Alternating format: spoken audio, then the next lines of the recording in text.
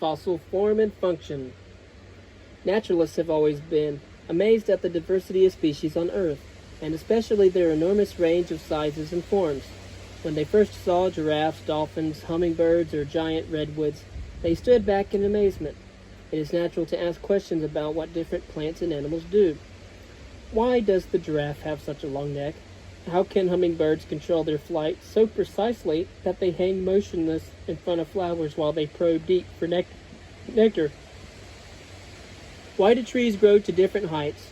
These questions can be answered by observation and experiment for living species, but it is harder to interpret the form and functions of fossil species.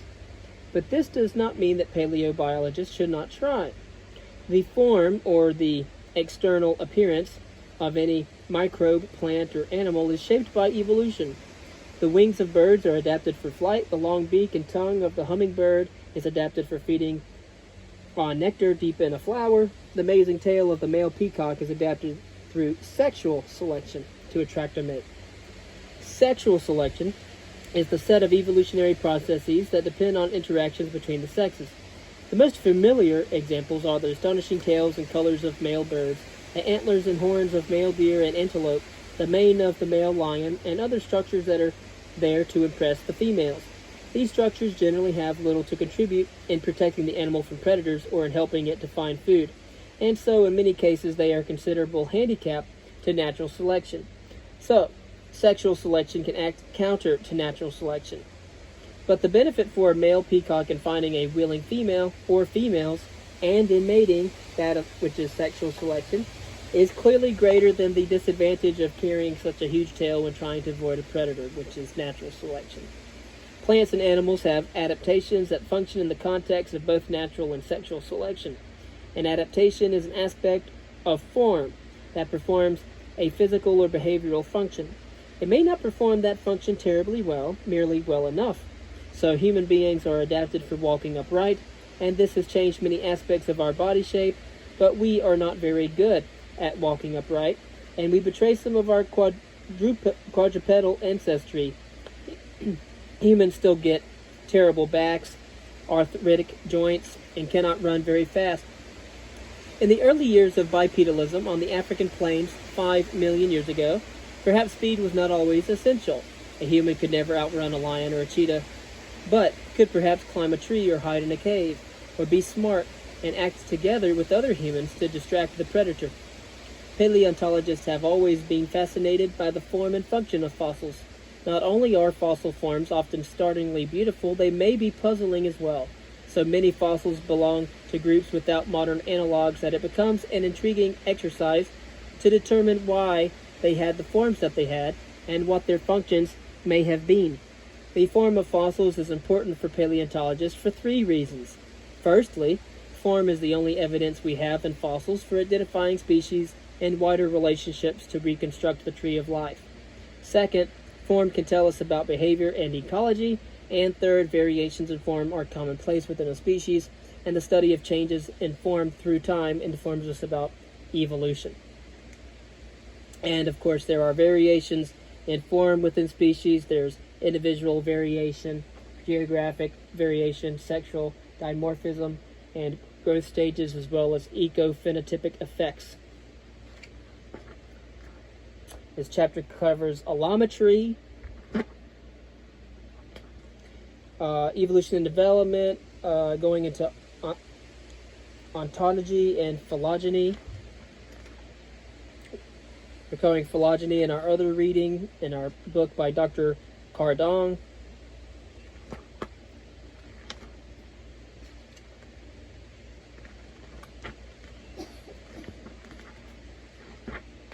And then I will conclude this by just talking and highlighting some circumstantial evidence.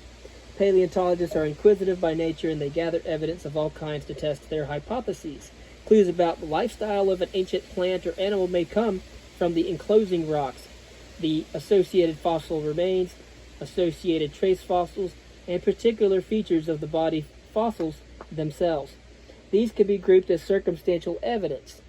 Number 1, fossils are generally preserved in sedimentary rocks, and these record all kinds of features about the conditions of deposition. Associated fossils also give clues. They can show where the organism of interest sits in a food web, who ate it, and what it ate.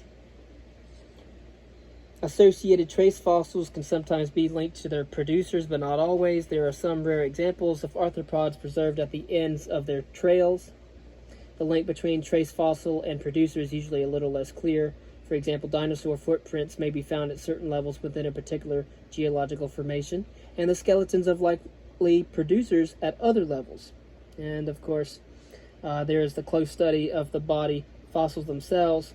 Skeletal fossils regularly preserve evidence of soft tissues and other unpreserved components. And of course, in certain conditions of exceptional preservation, skin can be outlined, muscles and sensory organs. Internal organs may also be preserved.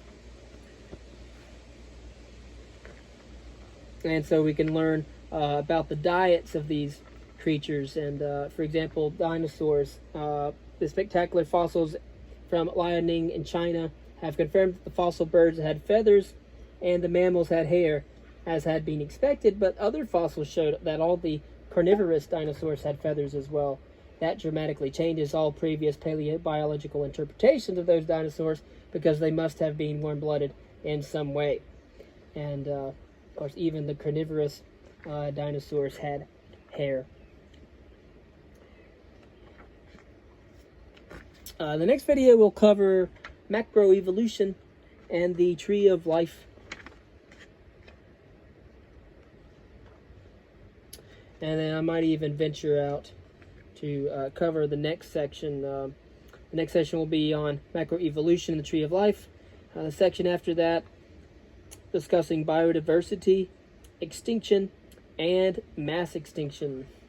Before moving on to the origin of life, protists, and the origin expansion of the metazoans, the basal metazoans, sponges and corals, and going into the mollusks, the brachiopods, the mollusks, and arthropods,